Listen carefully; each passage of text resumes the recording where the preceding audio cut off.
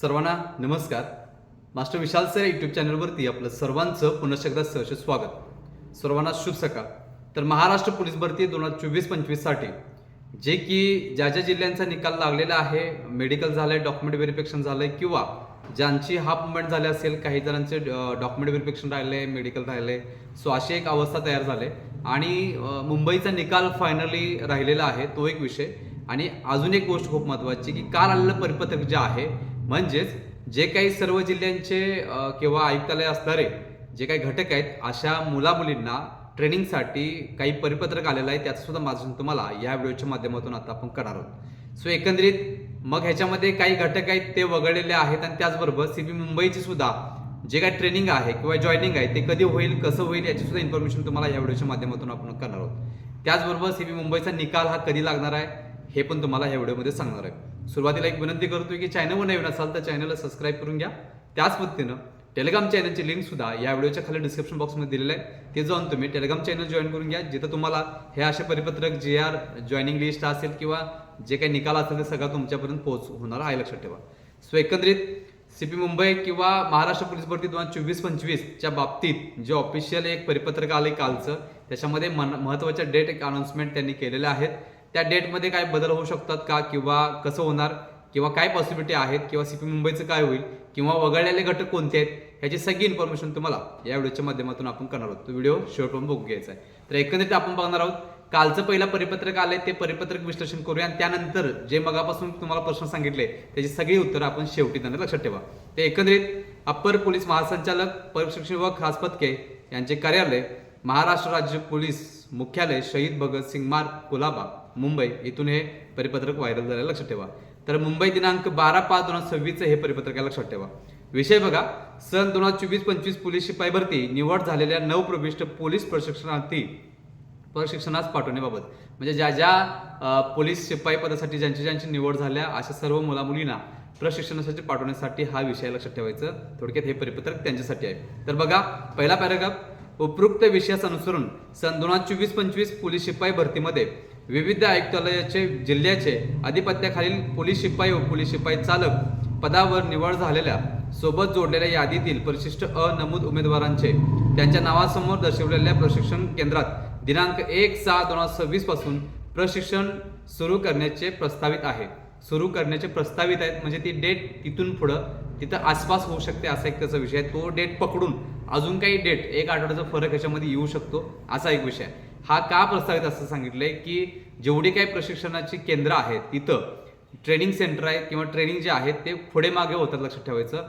त्याची जेवढी स्ट्रेंथ आहे तेवढी जोपर्यंत भरत नाही तोपर्यंत काही प्रशिक्षणचे केंद्र आहेत ते सुरू व्हायला थोडासा वेळ लागतो, एवढं लक्षात ठेवायचं. त्यामुळं यातले जे फिक्स आहेत त्याची एक लिस्ट आलेली आहे ऑफिशियल, त्याच्यावरती एक व्हिडिओ बनवतो की कुठल्या प्रशिक्षण केंद्रामध्ये किती प्रशिक्षणार्थी मावतात, बसतात, ट्रेनिंग घेऊ शकतात, कुठल्याला कुठं आहे, कशा पद्धतीने असणार, ही सगळी इन्फॉर्मेशन पुढच्या व्हिडिओमध्ये तुमच्यापर्यंत आपण पोस्ट करणार आहे. पहिल्या व्हिडिओमध्ये किंवा पहिल्या पॅराग्राफमध्ये सांगितल्या पद्धतीने 1/6/2026 पासून प्रशिक्षण सुरू करण्याचे प्रस्तावित असं त्यांनी सांगितलेलं आहे.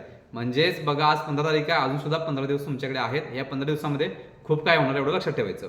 दुसरा पॅराग्राफ, तरी खालील नमूद घटक प्रमुखांनी कळवण्यात येते की सन 2024-25 पोलीस शिपाई भरतीमध्ये पोलीस शिपाई व चालक प्रशिक्षण शिपाई पदावर निवड झालेल्या उमेदवारांना दिनांक 26/5/2026 रोजी किंवा त्याच्यापूर्वी पोलीस शिपाई व चालक पोलीस शिपाई पदावर नियुक्ती देण्याबाबतची कारवाई पूर्ण करावी. म्हणजे 26 तारखेच्या आतमध्ये सगळी कारवाई पूर्ण करायला सांगितलेलं आहे संबंधित घटक प्रमुखांना, लक्षात ठेवायचं.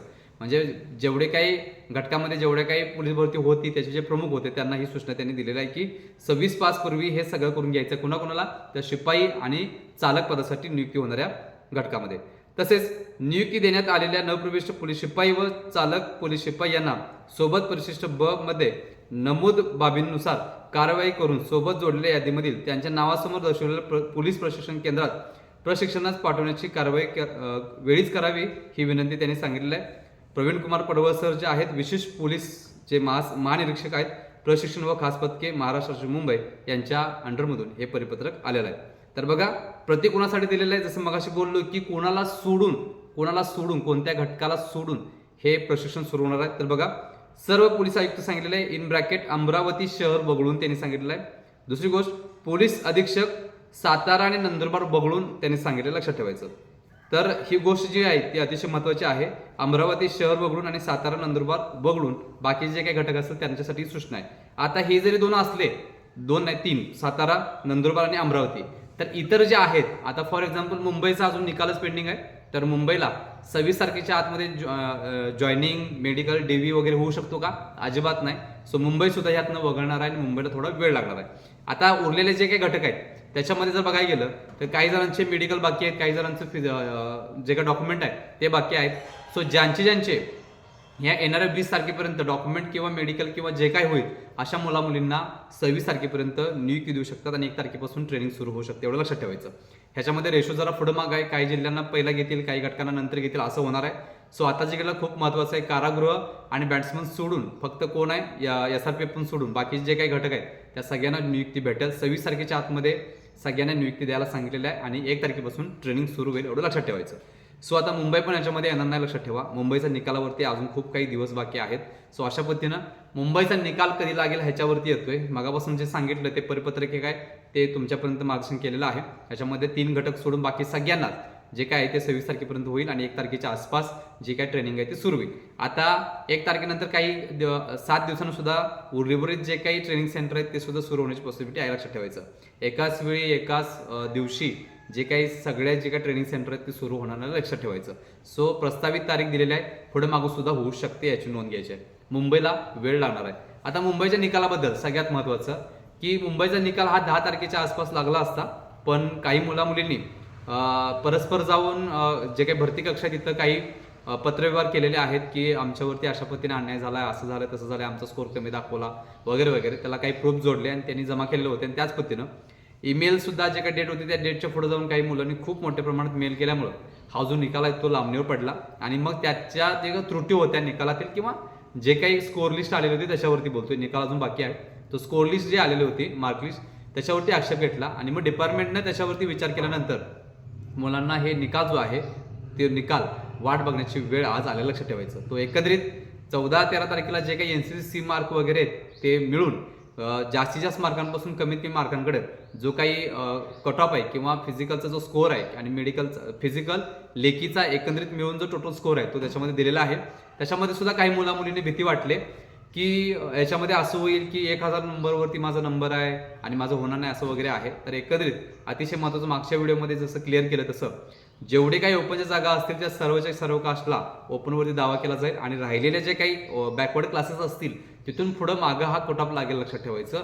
सो घाबरून कुणी जाऊ नका. हा कट ऑफ वेगळ्या वेगळ्या पद्धतीने लागणार, ह्याच्यावरती एक पुढचा व्हिडिओ येईल की मुंबईचा निकाल हा 2 आकडे सुद्धा लागू शकतोय काही घटकांचा, काही जे काही कास्ट आहेत किंवा जे अदर रिझर्वेशनचे घटक आहेत ह्यांचा सुद्धा जो काही कट ऑफ आहे तो 2 आकडे सुद्धा लागू शकतो, अशी अवस्था आता तयार झालेली आहे. सो घाबरून कुणी जाऊ नका, अजिबात टेन्शन घेऊ नका की बाबा काय होईल, कशा पद्धतीने होईल.